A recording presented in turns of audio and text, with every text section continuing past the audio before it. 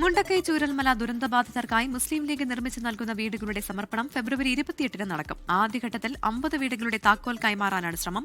40 വീടുകളുടെ മെയിൻ വാർപ്പ് ഇതിനകം പൂർത്തിയായിട്ടുണ്ട്. ഭൂമിയുടെ തരംമാറ്റവുമായി ബന്ധപ്പെട്ട വിവാദങ്ങളായിരുന്നു മുസ്ലിം ലീഗ് ഭവന നിർമ്മാണ പദ്ധതിയുടെ തടസ്സം. ഇതിനെ അതിജീവിച്ച് നിർമ്മാണ പ്രവൃത്തികൾ തുടങ്ങി.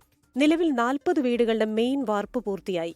ഫെബ്രുവരി 28 പ്രിയങ്കാഗാന്ധി MP അടക്കം പങ്കെടുപ്പിച്ചുകൊണ്ട് 50 വീടുകളുടെ താക്കോൽദാനം നിർവഹിക്കാനാണ് നീക്കം. 40 കോടി രൂപയുടെ ദുരിതാശ്വാസ പ്രവർത്തനങ്ങളാണ് ഞങ്ങൾ ഈ ജില്ലയിൽ ആ ദുരിത മേഖലയിൽ നടത്തിയിട്ടുള്ളത്. അതിന്റെ അവസാനത്തെ പ്രൊജക്റ്റാണ് പുനരധിവാസ പദ്ധതി. 28-ാം തീയതി ആകുമ്പോഴേക്കും 50 വീട് നൽകും എന്ന് തന്നെയാണ് ഞങ്ങളുടെ പ്രതീക്ഷ. അതിനുവേണ്ടിയുള്ള വളരെ ഗൗരവത്തോടു കൂടി അതിന്റെ പ്രവർത്തനങ്ങളുമായിട്ട് മുന്നോട്ട് പോയിക്കൊണ്ടിരിക്കുകയാണ്. 2 കിടപ്പുമുറികളും സിറ്റൌട്ടും ലിവിംഗ് റൂമും 2 ശുചിമുറികളും നിലവിലെ വീടുകൾക്കുണ്ട്. മുകളിൽ ഒരു നില കൂടി നിർമ്മിക്കാൻ കഴിയും വിധത്തിലാണ് നിർമ്മാണം. സംരക്ഷണ ഭിത്തിയും 5 മീറ്റർ വീതിയുള്ള റോഡുകളും പദ്ധതി പ്രദേശത്ത് വലിയ പൊതുകിണറും ടാങ്കും നിർമ്മിക്കുന്നുണ്ട്. 3 പ്ലോട്ടുകളിൽ 12.5 ഏക്കറിലായി 105 വീടുകളാണ് മുസ്ലിം ലീഗ് നിർമ്മിക്കുന്നത്.